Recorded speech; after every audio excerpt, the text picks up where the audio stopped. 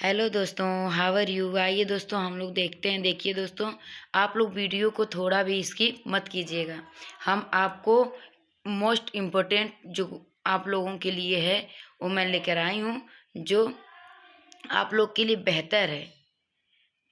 Paper में जो एकदम मोस्ट इम्पोर्टेंट है, जो एकदम आएगा। देखिए दोस्तों, कोचिंग से हमें कुछ फ़ायदा नहीं होता है। कोचिंग से जब कहीं भी पढ़ें, हमें पढ़ने से मतलब है, क्योंकि हमें ध्यान देने की ज़रूरत है। वहाँ पे हम कोचिंग करें या कहीं भी पढ़ें, हमें वहाँ पे ध्यान देने की ज़रूरत है। देखिए, आइए पढ़ते हैं। देखिए, गिफ्ट चेक की न्यूनतम धनराशि होती है 11 रुपया, 21 रुपया, 50 रुपया, 100 रुपया।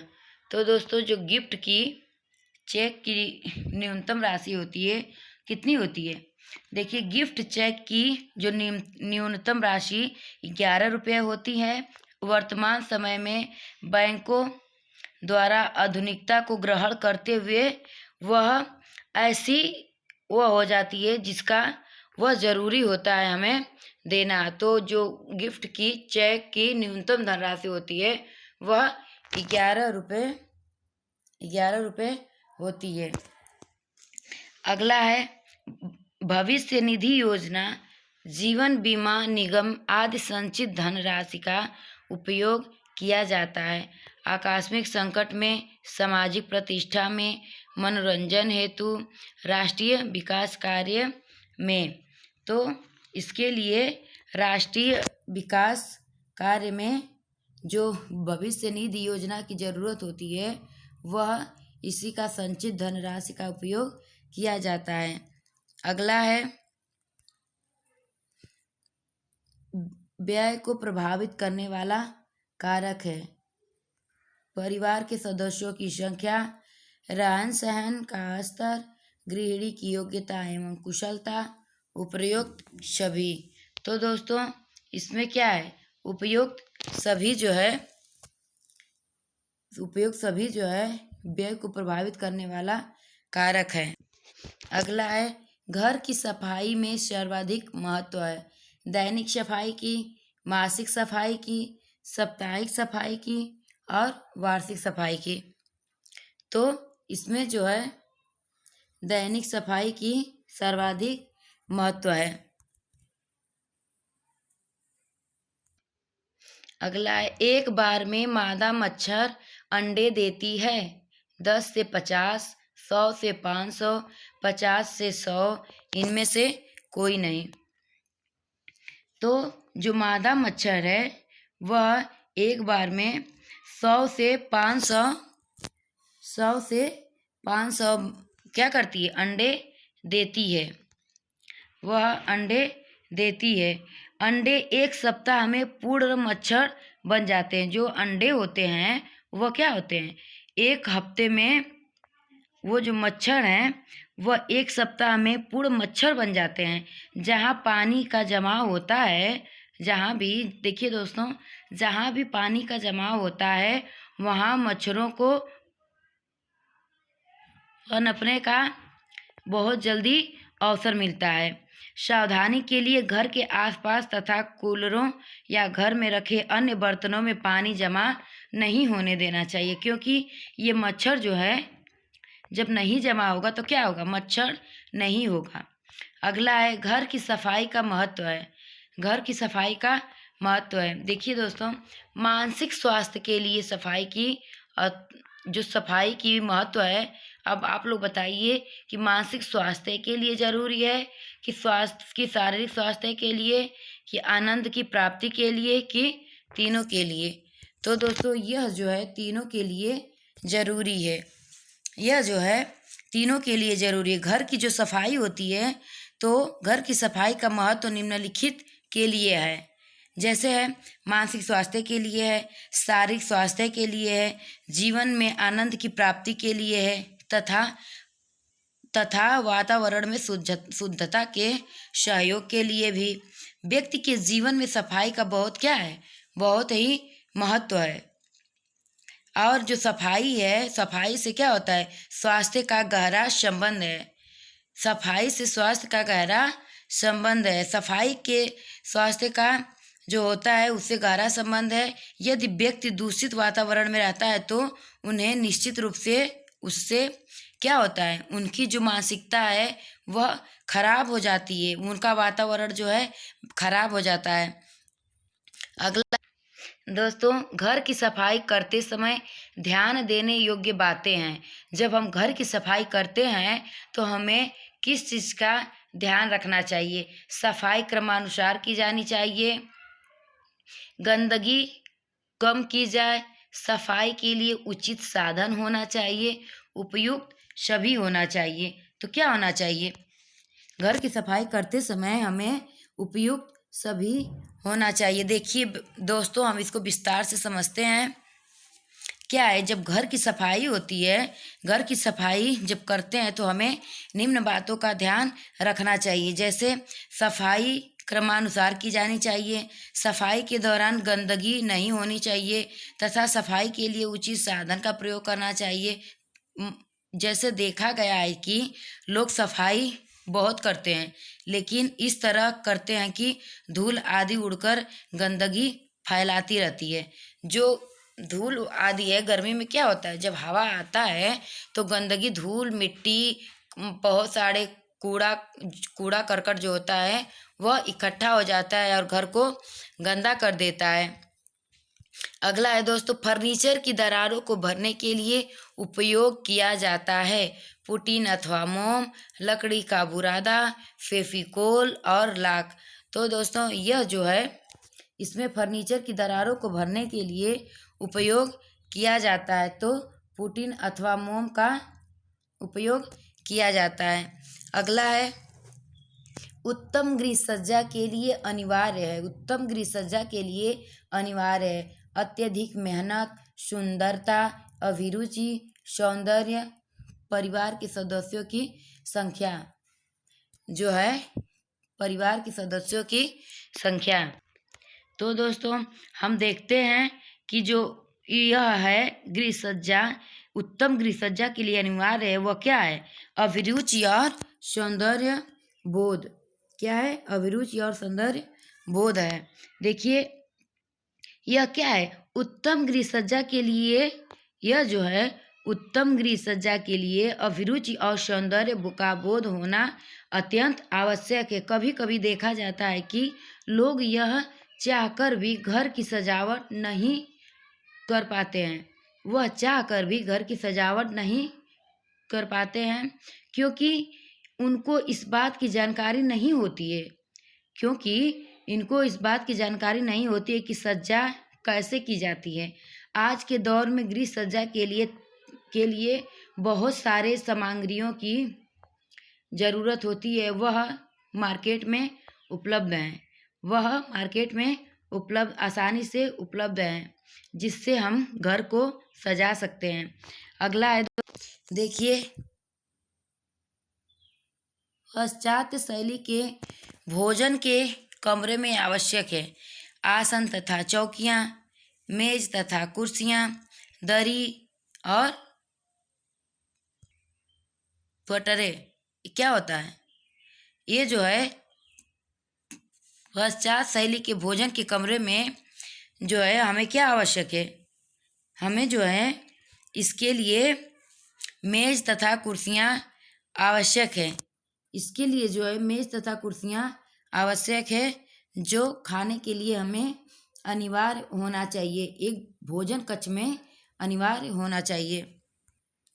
घरेलू फर्नीचर खरीदते समय ध्यान रखना चाहिए कि वह सजावटी हो, उपयोगी हो, सस्ता हो, नक्काशीदार हो। तो क्या होना चाहिए? घरेलू फर्नीचर को खरीदते समय हमें किस चीज़ का ध्यान रखना चाहिए? किस चीज़ का हमें ध्यान रखना चाहिए? सस्ता होना चाहिए कि उपयोग हो कि नक्काशीदार हो। तो हमें इस पे ध्यान देना चाहिए कि वह उपयोग हो, वह क्या हो? उपयोग हो। जैसे घरेलू फर्नीचर खरीदते समय हमें ध्यान रखना चाहिए कि वह उपयोग में आए, अन्यथा जो कमरे की शोभा बढ़ाने में लाभ हो। फर्नीचर किसी भी हाल में दैनिक उपयोगी होना चाहिए, वह जो है किसी भी हाल में उपयोगी होना चाहिए। अगला है, फूलदान में फूलों को अधिक समय तक ताज़ा रखा जाता है। पानी में थोड़ी चीनी डालकर, पानी में थोड़ा नमक डालकर, फूलदान को धूप में रखकर, फूलदान को छाया में रखकर। तो दोस्तों पानी में थोड़ा नमक डालकर क्या करना चाहिए, उसे रखना चाहिए ताकि वह ज़्यादा देर तक ताज़ा हो सके। देखिए दोस्तों, अगर हमें सरकारी सीट अगर प्राप्त करनी है तो हमें मेहनत करनी पड़ेगी दोस्तों। अगर आपको सरकारी सीट पानी है और अपने माँ बाप को खुशहाल रखना है तो दोस्तों हमें वीडियो को स्किप नहीं करना है और इसको अच्छे तरीके से पढ़ना है और इसको समझना है और अपने दिमाग में बैठाना है ताकि हम अपने माँ बाप को एक खुशी दे सकें। चलिए देखते, अनुरूपता को निम्न प्रकार से उत्पन्न किया जाता है। रेखा, आकार, बनावट और तीनों। जो अनुरूपता को निम्न प्रकार से उत्पन्न किया जाता है वह हमें तीनों प्रकार से किया जाता है। अगला है, घर में गंदगी के लिए उत्तरदायी है चूहे तथा छिपकली, काकरोच, मक्खी, मच्छर, उपरोक्त सभी। तो घर में गंदगी के लिए जो है दोस्तों वह क्या है, चूहे तथा छिपकली, काकरोच और मक्खी, मच्छर सभी हैं। घर को गंदगी के लिए उत्तरदायी क्या है, सभी हैं। अगला है, तांबे की वस्तुओं को साफ करना चाहिए सिरका या नींबू से, नमक व सोडा से, साबुन या पानी से या चूने द्वारा। तो दोस्तों तांबे की वस्तुओं को हमें चूने द्वारा साफ करनी चाहिए।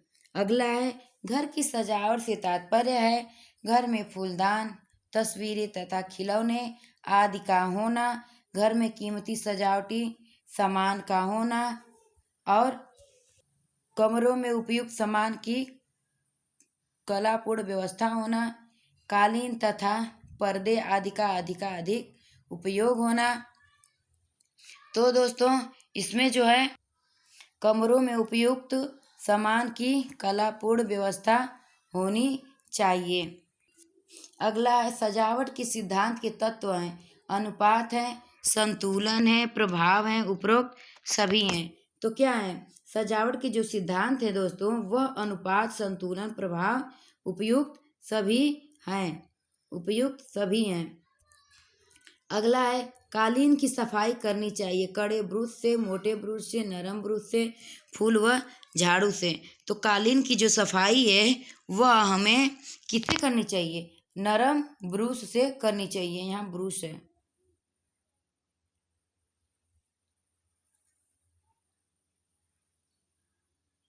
हमें नरम ब्रश से करनी चाहिए। अगला है, 1 दर्जन केले का मूल्य 10.8 रुपया है। एक केले की कीमत होगी 0.9 रुपया, 0.09 रुपया, 1.08 रुपया, 5.9 रुपया।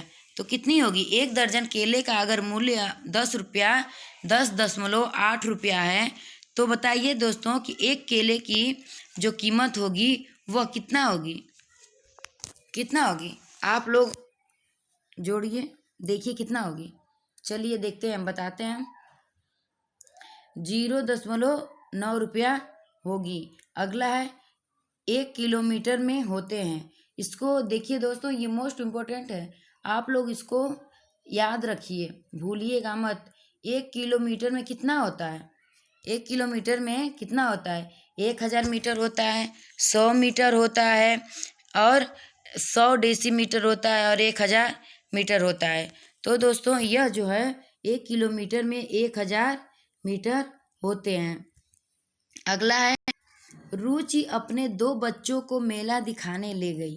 देखिए क्या है, अगर देखिए दोस्तों, अगर अपने माँ बाप की इच्छा को पूर्ण करना चाहते हैं तो दोस्तों आप लोग दिल दिमाग से पढ़िए और अपने भविष्य को उज्जवल बनाइए। हमारा बस सिद्धांत यही है कि आप लोग एक सरकारी सीट को प्राप्त करें और एक अध्यापक बने। अगला है, रुचि अपने 2 बच्चों को मेला दिखाने ले गई। एक टिकट का मूल्य एक टिकट का मूल्य जो है, देखिए रुचि अपने 2 बच्चों को मेला दिखाने ले गई। एक टिकट का मूल्य जो है, एक टिकट का जो मूल्य है वह 1.8 रुपया था और 3 टिकटों का मूल्य होगा। तब बताइए जब क्या कि 2 बच्चों को वह मेला दिखाने ले जाती है। क्या करती है? वह 2 बच्चों को मेला दिखाने ले गई और एक टिकट का जो मूल्य 1.8 रुपया था। तो बताइए दोस्तों 3 टिकटों का मूल्य कितना होगा? कितना होगा? 5.4, 3.6 रुपया और दशमलव क्या है 54 रुपया और 36 रुपया। तो कितना होगा? तो 5.4 रुपया 3 टिकट का मूल्य होगा। अगला है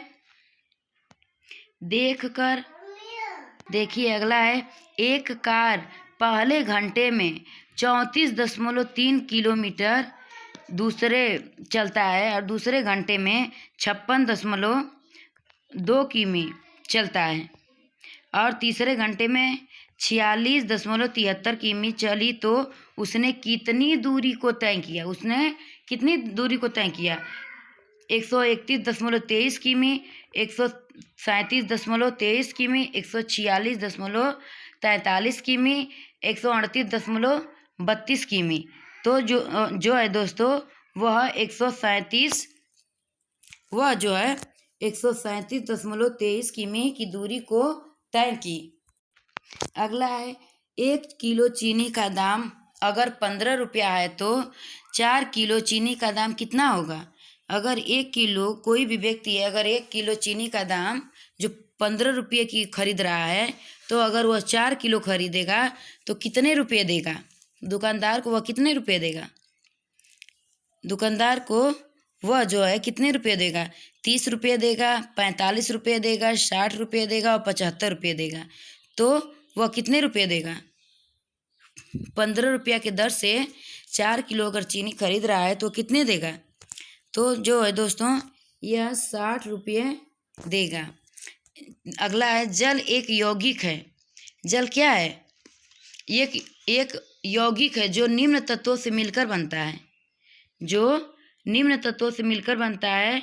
कि देखिए किससे किससे मिलकर बनता है? कार्बन तथा हाइड्रोजन से मिलकर बनता है, कार्बन तथा सल्फर से मिलकर बनता है, हाइड्रोजन तथा ऑक्सीजन से मिलकर बनता है, उपर्युक्त किसी से नहीं। यह किससे मिलकर बनता है? जो जल क्या है? एक यौगिक है, वह किन तत्वों से मिलकर बनता है? तो दोस्तों यह जो है हाइड्रोजन तथा ऑक्सीजन के तत्वों से मिलकर बनता है। जब जल क्या है? एक यौगिक है, वह किससे मिलकर बनता है? हाइड्रोजन तथा ऑक्सीजन से मिलकर बनता है। देखिए दोस्तों आप लोग इसको याद रखिए क्योंकि यह पूछा जाता है और इसका जो जल का निर्माण होता है वह ऑक्सीजन तथा हाइड्रोजन के संयोग से ही होता है। इसका जो निर्माण होता है तो क्या होता है? ऑक्सीजन और हाइड्रोजन के संयोग से ही होता है। इसका रासायनिक सूत्र क्या है? H2 जो है जल का रासायनिक सूत्र क्या है? H2O है। H2O होता है। संपूर्ण पृथ्वी का लगभग 2/3 भाग क्या है? जल ही है। पृथ्वी पर जो है 2/3 लगभग भाग जल का ही है। इसमें जो जल है वह खारा पानी है। इसमें जो जल है वह क्या है? खारा पानी है और इसका पानी जो है क्या होता है?